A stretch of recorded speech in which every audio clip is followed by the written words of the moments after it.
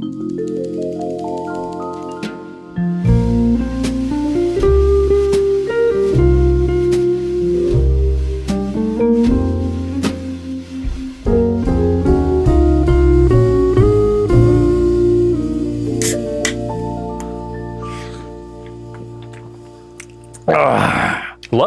Oh, girl, let me close this fucking window first. I was in the shower watching a TikTok, like one of those long TikToks, talking about the Anastasia Beverly Hills Subculture palette. And honey, if you were in the makeup space back in 2016, it's really one of those moments where you had to be there. I never actually owned the palette because I didn't really like the color story, but what I did own was the Modern Renaissance Palette, which is, this is still my original one. Dear Lord, this was like my shit back then. This was my daily, girl, this was my daily makeup back in the day. I think I was in college at the time. Actually, no, I was already in Korea at the time. Yeah, I was already in Korea. I have so many makeup palettes that I have that contain a bunch of color stories that I would never wear in my day-to-day life. But being a YouTuber, I would keep a lot of my colorful or more, you know, even stuff like this, eyeshadow palettes, because I always figure like, oh, I might need that later. But for this one specifically, I keep it more so for memories, to be honest. And so yeah, I figured why not try to revisit this palette and use it in a way that, because I've changed my makeup technique a lot since I was using this back then. So I figured why not try to incorporate this piece of Western makeup history into my more Asian, you know, Korean / Doyin Xiaohongshu style makeup. So sit back, relax, and join me on this journey. Now we're talking about 2016, so we have to go with full coverage makeup. I'm going to be using the TIRTIR. My skin is a little bit peely and drying because I did retinol a few days ago, so this might not look that great, so I'm going to keep the camera far away. But I remember, oh my fucking God, if you were around for this forum called Pretty Ugly Little Liars, which is obviously a play on the title of the drama, the Western drama, Pretty Little Liars. It was basically a forum where people could go on there and just, you know, talk about and discuss, you know, beauty gurus, not just beauty gurus, but also just YouTubers in general. Someone told me about this forum, so I went, girl, of course, I went ahead and looked myself up. Girl, I can't... Going on, I mean, it's the internet, right? You have the freedom to write whatever you want about whoever you want on the internet. But if you're the target of that thread, I would not recommend reading it. I will say I got lucky in that my thread was actually not that bad. There were actually quite a number of people in the that were like, you know what, I actually like Edward, so blah, blah, blah. Girl, there were some threads about some of my mutuals, some of my friends that were on there. I'm not even joking. I would literally off myself if I read those threads, if I was those people, because the way the comments that people have about you, how that really weighs on your mental health, girl, I would never. So after the one time I looked at it, I was like, you know, go ahead, write whatever you want about it. I don't want to read it. If anything, my freaking friends around me would remind me that, like, oh my God, you know what they wrote about you on there? Like, why the fuck would you tell your friend that? Jesus Christ, some people literally have no 눈치. 눈치 하나도 없어. If I saw a forum about a friend where they're talking shit, am I gonna go to that and be like, oh my God, you know what they said about you? What is that? What? Luckily, that shit is not there anymore, so it's been closed apparently. But also, it's like, how do you even support that type of way? It's not like they take donations.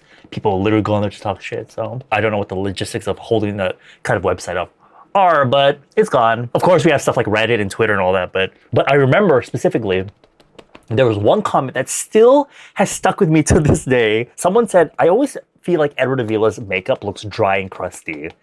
And you know what? Hey, I'm Filipino and we're all dehydrated. Well, most of us are dehydrated. I come from a very humid country, right? And so when I'm in a place that's more dry, like California, I was in California at the time, Korea, it's very dry here too, in the winter especially, my skin just looks crusty. Sorry about it. And of course, at the time I wasn't, I mean, I was into K-beauty, obviously, but I still wasn't at the peak of being able to take care of my skin. I was kind of just like doing whatever. Oh girl, not the boogers. I forget how good this foundation looks. This will just be my ilcha cover, round one of coverage. And I'm gonna go straight into the eyeshadow. I'm gonna use my issy eyeshadow primer. Oh my God, as well. In the video that I mentioned of the girl talking about, the TikTok talking about the whole subculture drama, she mentioned this YouTube channel called Here for the Tea. And I didn't realize, it's 2025 now, I did not realize the girl passed away. I was like kind of sad because she was the reason I had a little bit of interaction with her. At the time, a lot of YouTubers, like even myself included, we didn't disclose when we would have like a affiliate link. Like if you had like products that you talk about, right? And then you linked it. At the time, Amazon had their associate program. So if you used your specific link for that product and you put in your info box, someone clicks the info box and they purchase from it. Or in general, if they click any of your affiliate links and they do some kind of shopping on Amazon at some point, you get some affiliate money for that. But at the time, us fucking YouTubers weren't aware of like the fact that, you know, FTC laws? You know, the whole you have to disclose shit like that. And so, girl, she called me out. And so I immediately started putting disclaimers from then on about like, oh, if you're gonna click this link, I am gonna get commission. If you wanna click it, go ahead. If you don't wanna, that's fine. You can search up the thing yourself directly and purchase it there. So girl, she got me straight. She got me straight. But then apparently she passed away in 2021, according to her sister, because she had to go on her page and write a comment about it. So she was also played a big role in the whole like, you know, there was like the drama and all that, but she held a lot of YouTubers accountable for that sort of stuff. And so I was very sad, to be honest. I was sitting there in my shower, like, because the thing is, in my immediate family, like at least the part of my family that I interact with and talk with often, I guess, I still haven't had any deaths in my family yet, and cross my fingers. So I don't know how to process that yet. I've had like slightly distant not distant, what's the word? You know, relatives that I don't really know well pass away, and I'll be at the funeral, but like I don't really feel anything because I didn't really know that person well. But even that, knowing that I had this one, because I remember she wrote somewhere like, she was responding to a comment once, like, oh, Edward Avila, he has his little disclaimer or whatever. And she responds, she's like, yeah, Edward did a good job of putting his little disclaimer, you know. And so that kind of stuck with me. But knowing that she passed away, that kind of fucked me up a little. Holy shit. Okay, so we're gonna go into the Modern Renaissance. I can't, like literally my most used colors are like these reds. And I would literally put that all over, which I think I might do actually. I think I'm gonna do that. Ugh. This is the perfect palette actually for warm autumns because you got those deep warm shades, right? Now that I know I'm a soft summer, this is like, I mean, I could use a few colors. Like this one would be a good base color for me. But you know what? We're gonna ignore all that today. We're just gonna play around. I'm gonna use Buon Fresco. And before I started filming, I was kind of like swatching some of these. I can't believe I was like, oh my god, this shit, like, yes, obviously it's pigmented. Apparently the Subculture palette was like pressed pigments, which are slightly different. So they're way more chalky, way more loose, and way more pigmented. I don't know if it's because it's old, but in my head, it's their eyeshadow powder, so I don't think it matters that much. But I was like swatching on my hand, I was like, this feels kind of crusty. Oh girl, the amount of fallout on this shit is crazy. You see that? I'm barely dipping into these things. That's a really pretty color though. Not exactly the type of color you would have really found in a lot of palettes back in the day. A sort of like cool tone mauve shade. Girl, we didn't get cool. We still don't have cool tone makeup, I feel like, in the West. Like not a lot at least. I feel like American makeup brands are still clinging on to that like really heavily warm aesthetic of like the 2016 era. Next I'm going to be honest, I'm just gonna go straight into these reds because actually, yeah, no, I'm gonna use these reds. Looking at these colors though, they are so freaking pretty.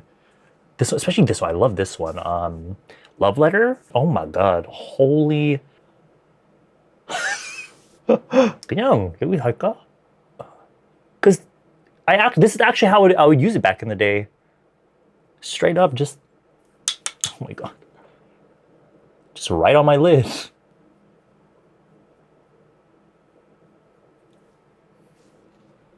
I kind of love that. Oh my god, you guys, this brings back memories. I'm keeping this shit really close to the lash line. So as I'm like kind of patting and blending upwards, it kind of creates this gradation. Oh my god. I'm also kind of feeling this antique bronze color. I'm gonna plate that. I'm putting that here. Inner and outer corner. Looking at these colors up close though, they actually do have a little bit of shimmer, even in the colors that you would assume look matte if you're just looking at it. Like even this one, Venetian Red, there's a little bit of shimmer in there. And from what I've heard, apparently having a little bit of shimmer in a matte eyeshadow makes it easier to blend. Oh yeah, I really like that. Oh. I'm kind of living for this. The way I'm putting it is actually kind of similar to how I used to do back in the day. I think what would make it different is that I'm gonna be adding more aegyo. I didn't really do aegyo makeup back in the day, and also contouring, and also lips. Those are a little bit different from how I used to do. So I think that's where a lot of the difference will be. Let me put some lenses in. I think that would make a difference as well. Oh my God. This is giving a vampire. I might take a little bit of warm taupe right here.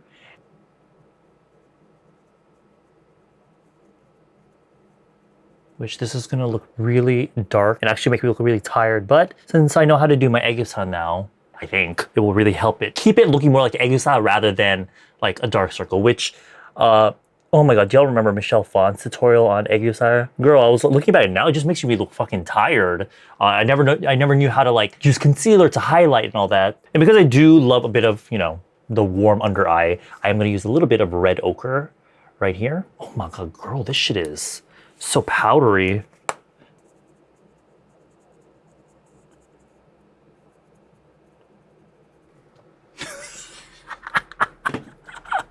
One of the reasons I'm not a big fan of like American eyeshadow palettes these days is because if you look here, I mean, this isn't the worst offender, but if you look at a lot of Western eyeshadow palettes, they won't have a good balance of light shades, medium shades, and dark shades. It will all be like medium shades and then really dark shades. You can't really mix a lot of the colors without it all ending up looking muddy. I mean, this one has like these lighter ones and these really deep ones, but since a lot of the colors I use are like medium to deep colors, you can see how it's all just looking very dark on me. So now I need to start adding back in some lightness and brightness. So to make my aegyo pop, I'm gonna use this JAVIN de Sol eye primer as I do. And then of course I also have to conceal my dark circles.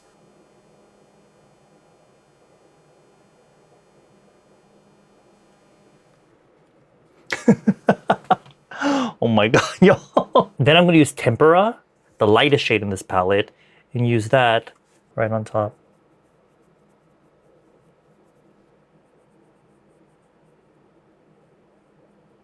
Actually, on top of that, I'm gonna use this Too Cool for School Frottage pencil. These are really popular at the shops.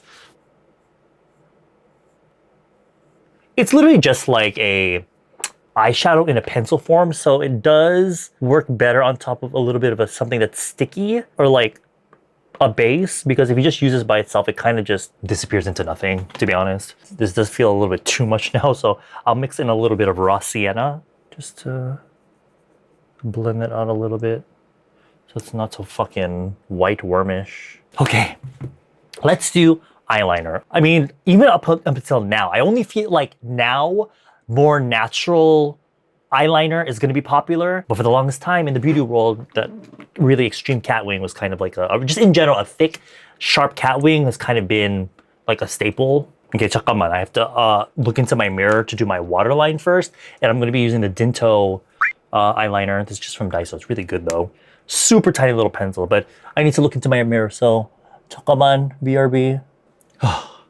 I just put some on the waterline, like right here. It's 2025 though, we don't do the waterline, we do the roots of the lashes. And then I'm gonna use the deepest shade in Miss Modern Renaissance, this one right here, the Cypress Umber. Y'all, even to this day, I still think this color is so freaking pretty. In fact, the eyeshadow color I tend to use for eyeliner is very similar to this color. I guess my only gripe with this is that it's just so powdery and so loose, like the pigment, so it kind of gets everywhere if you're not careful. So that's why I like the eyeshadow that's more updated and modern, because those tend to be less fallout-y.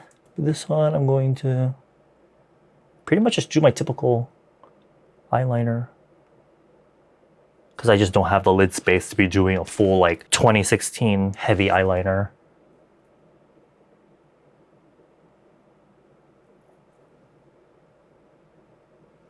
Using a concealer pencil to fix that up if I need to. Thank God we have these now. Girl, if you grew up in high school or something, learning how to do your eyeliner like in a sharp wing, with like straight up liquid pen or like a whatever. I feel like if that's how you learn how to do your eyeliner, you are probably good at your eyeliner now, even if you're trying to do like a natural one, because that's like the hardest way to do it. Back then, it never came across to me that you can use eyeshadow as eyeliner. Do you see this? What the shit? It already fell on my cheek.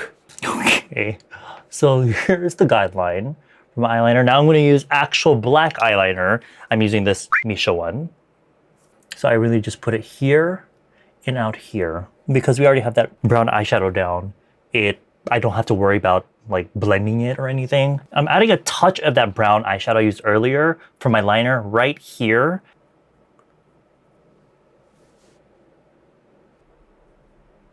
Because I can't really do, you know when people do like the sharp triangle here to make their eyes look like cat eyes? I think that looks a little bit weird on me. So instead of doing that, I'm just gonna do here. And I feel like that helps kind of define the eye more without it looking like a straight up like weird angle. I'm gonna add more of that antique bronze like out here.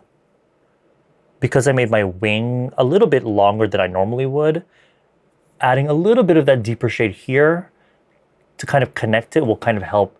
You know, if I just have my eyeshadow really round, which is how I normally do it, the wing will kind of look like it's just sitting on nothing. So I'm adding a bit of that bronze shadow here to kind of create this extended eye illusion. Okay, now time to finish up the skin. Oh my, how long? 38 minutes, holy shit. Because the eyeshadow is so dark, I wanna use some lighter concealers to help highlight my face so it's not looking too chick-chick-y. And also because that TIRTIR foundation is quite yellow on me. I'm using a slightly brighter concealer and I'm using a pink concealer on top. This will also help clean up any fall. Girl, there was a lot of fallout on my cheek after all those eyeshadows. And the eyeshadows are pretty, it's just that they're so powdery. I know it's a very 2016, 2017 thing to put concealer, like remember the triangle that everyone did? Now that's like not the correct way. If you want to lift your face, you just do it here. But I could never do that. You know when people conceal like right under the eye here and then right under here? I can't do that because I have crow's feet, so it would crease immediately. And for me, I like to add volume to the center of my face because, you know, in Asia, oh, we want to make a smaller face, right? So I try to highlight like the center here to give more volume, like to make my face look more like, if I do the whole under eye concealer here only, it makes my face look really long, and that's not really what I want. Using my Malu Wilz concealers, I'm going to clean up anything else that I need to, especially under my eye here. I need to put some color corrector there because of all these dark colors. I really have to get rid of my dark circles because they will kind of just contribute.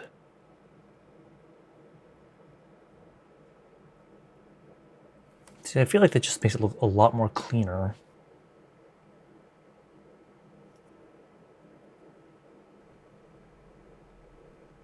And then using whatever's left on the brush just to clean up anything here. Oh my god. This is looking a lot more cat wingy than I expected, but I think it's fine. And because the colors in there are either too warm or just too dark, I'm going to use my Hince eyeshadow in Build On. This is very popular amongst the Korean girlies, like the makeup artists, to use as 애교살 contour. Oh shit, hold on. Just a touch here on my freaking beard. Okay, and then before we start doing all the powders, I'm gonna do my cream contour first, and then I'll do my cream blush. These are just the tag contour sticks that I use, and I just depotted them. There's also a Fenty contour in here and a Sephora contour in here. So I have a range of contour colors I can use in my kit that I'm probably gonna use often. I got this brush randomly from Flower Nose. They actually have makeup brushes, but I mean, besides the, you know, blush brush that comes with every collection, their eyeshadow brushes and stuff like that only come as like special gifts if you buy their sets. Yeah, I found this one, which I think is an eyeshadow brush, but it's perfect actually for contouring the nose with cream because I can just draw it on like this and also blend at the same time. I used to be very, oh my god, this is another. I remember a long time, I forgot what video it was, but it was very much before I kind of, you know, blew up. from my Laneige two-tone lip tint video. I think I was making a video about like K-pop music or something, and I was trying nose contour for the first time, and girl, you could fucking tell. Because I literally straight up just put 2 fucking brown lines on the sides of my nose, and all the comments would talk about that. And I feel like that traumatized me, so we're not doing this shit anymore. We're doing a bit at the bottom of the nose here to cut it off to make it shorter. Because again, we're trying to shorten this. Especially because a lot of the eyeshadow I use is very top heavy. So it's going to create a lot of attention to the upper part of my face, making this look longer. So we're going to try to even everything out. And here, since we're not doing the 2 lines, we're going into the C-zone. Here. This will help kind of create distance this way. And then just taking a little bit around my mouth, which is not what I used to do back in the day. Putting a little bit of contour here, because I do have quite a wide filtrum, I guess. And so putting something here helps kind of close the gap a little bit, so it doesn't look so long. Oh, and also a little bit at the tip of my nose. I feel like the eyeshadow vibe is very like upwards, so I think I'm gonna add more color on the outer part here, just to balance everything out. Maybe a mix of these 2. Just a touch, almost like it's like blush. You know, it's gonna connect to my blush later in a bit. Like that.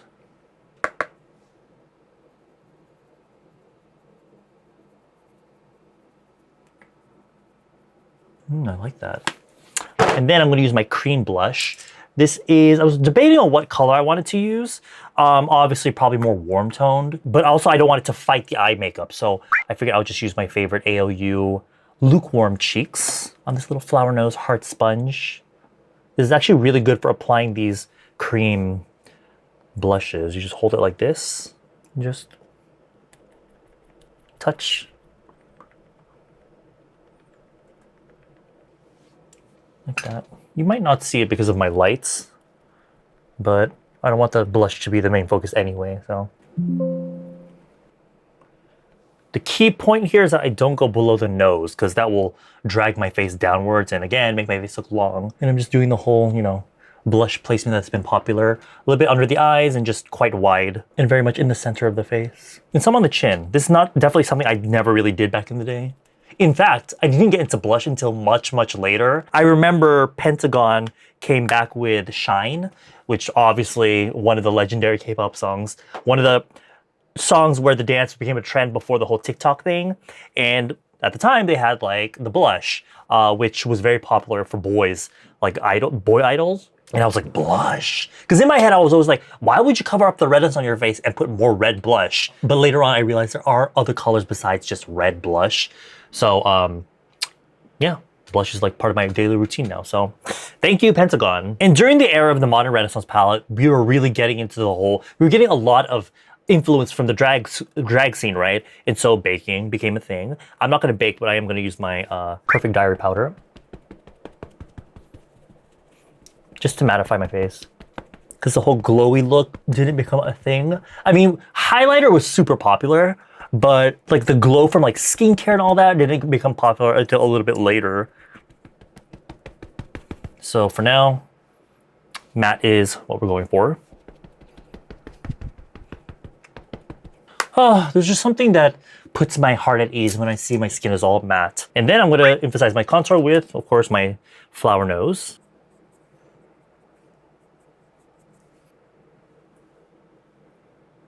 Definitely focus more on contour because bronzer, not really for me. I didn't really was a bronzer girly. I did have it and I would use it occasionally, but in the West, at least, the Western influencers, even to this day, bronzer is still very much a part of, I feel like, the Western makeup routine. If we're talking about my own personal thoughts when it comes to like personal color and makeup and all that, for me, the only season that looks good in bronzer are autumns. I feel like for everyone else, bronzer can look very muddy. Whereas autumns, because for them, they need that sort of warmth in their skin. For them, they look good in that bronzer, you know, looking warmed up. But it's just makeup, so wear whatever you want. Instead of bronzer though, I'm gonna use this to contour my jawline for that bit of definition.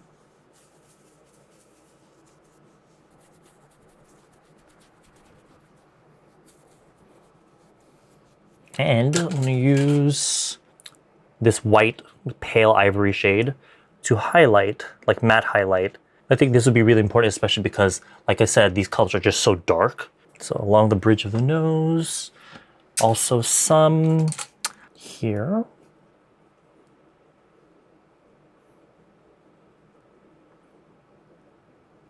Also here by the sides of the nose. Honestly, it's at this point with my dehydrated skin, this is where we can justify that Edward's makeup always looks crusty to me. Honestly, girl, I feel that. But I don't know. I always feel like if I'm going to be doing this much makeup, gotta have all these powders. Now, the blush I used earlier is actually more of like a neutral, warmish color, but with this overall look, it's actually looking a little bit more cool tone. So on top of the cream blush we did earlier, I'm going to use this Flower Nose blush, which was in collaboration, I believe, with an influencer in China. And so they actually released this collection separately, not globally. This is like exclusive to China. And y'all know they really be doing that shit. Remember they had the Strawberry Rococo collection? They came out with like a purple version, like an extended range later. Instead of that, they got this collection in China. The inspiration was the influencer's little puppies. But this blush, actually, let me show you the other one. Because girl, you pale, cool tone girlies out there, honey, this is what I'm talking about. Look at the shade. You might be thinking, girl, what the fuck is that? It's a really pale, pale pink shade that I love. For my personal skin tone, good for a highlight. If I use anything under my eyes or on my cheeks that ends up looking a little bit too warm, I can use that to cool it down and brighten. But on certain skin tones, you can use it as an actual blush, especially if you have a lot of redness, because there's a drop of purple in it. But I'm gonna be using this shade, which is more of like a warm peachy pink. And on top of that color, it's actually very similar to the this one. Yeah, it's pretty much the same color. But on my skin tone, this actually translates more warm. So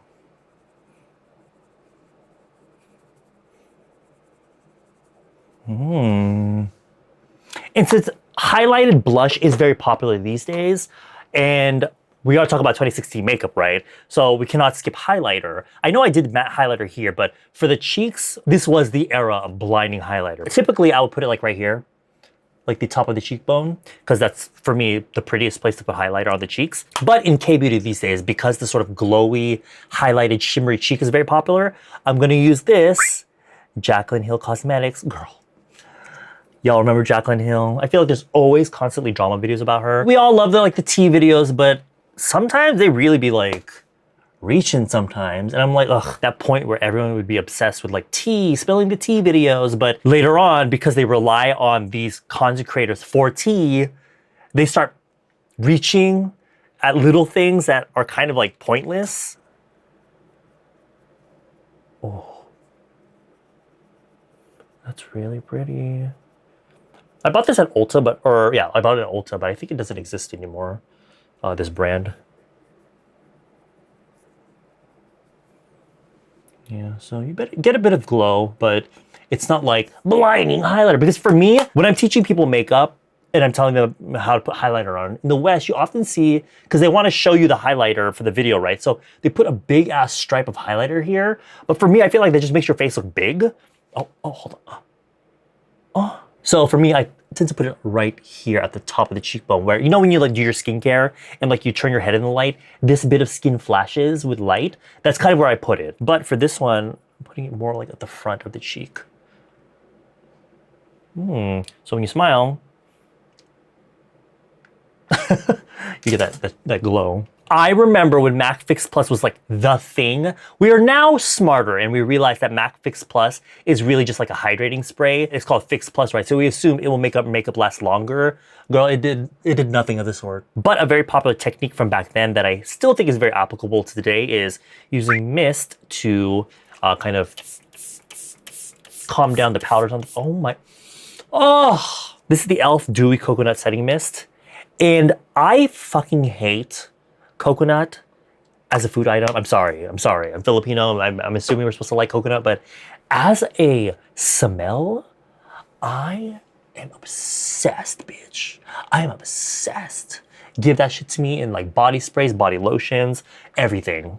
Oh shit, I didn't do my eyebrows. Oh my God, let me do that right now. Girl, I think along with the cut creases, I think eyebrow, like the Anastasia dip brow, is kind of like the thing that people make fun of about the makeup from 2016. So we're not going to do that. I very much had the dip brow. I didn't use it as crazy as the girlies back then, but I still very much was into like, I was always like, oh my God, I love both Western and K-beauty style makeup. So I would like do a straight brow with the pomade. So it's like the strength of a Western brow with like the shape of a K-beauty brow. Oh fuck. I still do love a quite defined eyebrow, thanks to Xiaohongshu, but it's more of like these sort of individual hairs that I'm drawing in. So you can still maintain that feeling of naturalness by being able to see some of your skin underneath. Even in K-beauty, I still feel like some makeup artists really fill in the eyebrows quite strong. But I guess to counteract that, what they do these days is just to lighten the eyebrows with a little bit of brow mascara, or some people even bleach their eyebrows a little bit. I'm just gonna go the brow mascara route. I bought this, they call it clean conditioner, like cleansing and conditioner, but it has color in it. So I got the color Mocha Latte, hoping that it would make my hair more of an ashy brown. And it kind of made it more deep and toasty, but it almost looks too bronzy now. Girl, I don't fucking know what's happening with my hair anymore. Ooh, that's so much better. Especially with the strong eye makeup. Like a strong eye makeup with a strong ass brow, I feel like that looks very dated. But if you want to wear a stronger eye, you might want to give lighter eyebrows a try. That will help kind of almost balance it in a way. Like they always say like, oh, if you do one part strong, make the other parts more natural or not as heavy. I feel like that rule could also apply to your eyebrows. Oh my God.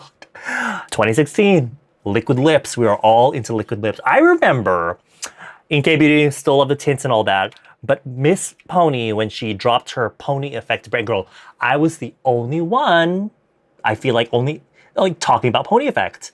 And honestly, their shit was like, I remember I met one of the owners, or like, not owners, but people that worked at Mimi Box, who's like the umbrella brand, and Pony Effect was one of their brands.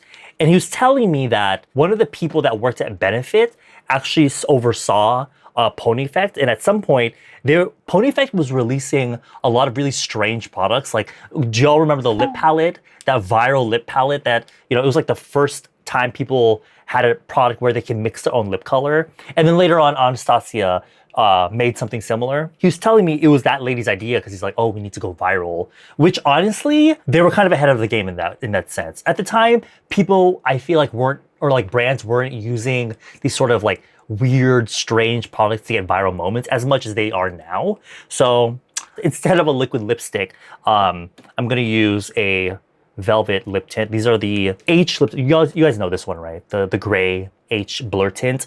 They do have deeper colors that they released like last fall or winter-ish, but those look really, really strong. And which honestly would suit this whole 2016 vibe, but I'm gonna try to make it more my style. So I'm gonna use the gray lip tint first.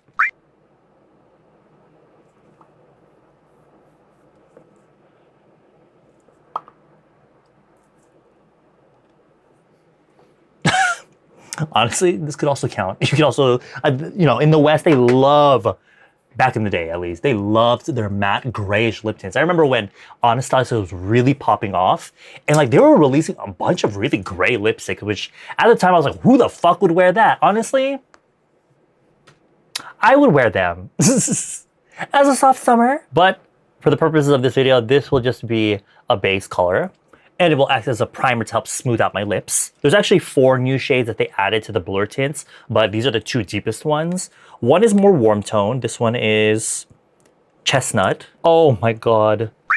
Fuck, that's so pretty. This is great for deep autumns or deep winters if you want a warm tone lip color. And then there's number 6, chilling, which is basically the same thing, but if it was a cool tone.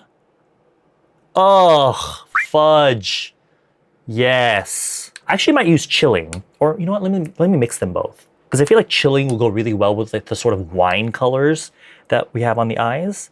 And then chestnut will go well with like the overall warm tone vibe that the palette also has. But like I said, because I have this on first, it'll go on more natural.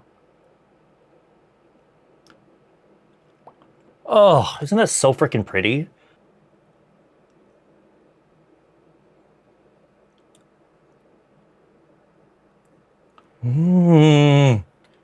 Oh, that's perfect. That is perfect. I feel like brown lip liners are quite popular in the West right now, but back then, and you know, to some degree still today, if people wear a dark lip like this, they'll use a lip liner that's matching, but in K-beauty, we don't really use liner to create a defined lip line. We use it to blend the lip color. So I'm using this cement color from AOU, which is actually more of a gray shade, similar to the lip tint that we used at the beginning. I'm using this to blend out this lip. Oh, that is so pretty. Taking a drop of that contour we did and putting it right at the top of my lip here.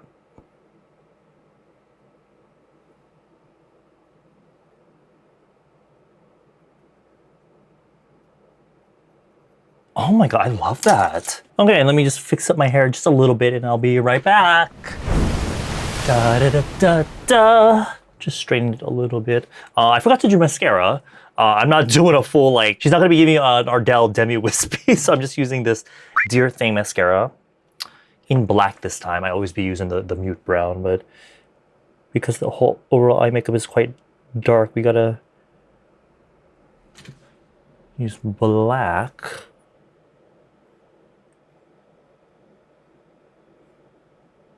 Oh my God. I was like really worried about this, to be honest, but I'm kind of living. If y'all still have your old palettes from way back in the day, anything, pull it out, try it out. No, am I gonna be wearing this every day? Probably not, but it was a nice trip down memory lane trying these colors again. And I do think I like it a lot more now that I have this new sort of sense of how to do my makeup. In fact, I do love seeing like on Xiaohongshu, like Red Note, when the girlies would use Western makeup palettes and do it in their style, right? Like in that Douyin style. I'll get a lot of inspiration from that because I'll be looking at a lot of these like Western makeup palettes, and if I was looking at it from the mindset of my level of makeup skills from back in the day, I'd be like, where the fuck would I even start with these makeup palettes? But I mean, because I don't really do like the really big, intense looks. This is more my style. So now that I know how to do my makeup in this specific way, it's really opened up my eyes when I see other eyeshadow palettes that have colors that I don't necessarily think, oh my God, that'd be wearable, you know. I would know how to make a look with that. So knowing how to do my makeup like this now, it's really helped open my eyes for whenever I see an eyeshadow palette that, even if it's like a rainbow palette, right? I can look at it and be like, oh, I can kind of create this sort of vibe with these certain colors. Whereas before I'd be like scared, like, where would I even start? Now, would you find me wearing them every day? Maybe not, but I think for content and for the people that watch me that do love those more crazy, intense, you know, more in-your-face looks, it's more helpful, I think. So anyway, there's my look trying the Anastasia Modern Renaissance. Again, after how many, girl, I haven't touched this shit in years, so might I get an eye infection from this afterwards? I don't know, we'll see, I'll update you. Actually, let me add a touch of Primavera. This beautiful gold shade. Oh, yeah. Oh, yeah. Oh, yeah. That is hot. Anyway, I have a client tomorrow, so I need to wash these brushes. Because, girl, is that shit gonna come off? Let's hope so. Anyway, if it's night, good night. If it's morning, have a good day at work or school, whatever you do. If it's afternoon, whatever. I'll see you around. Bye!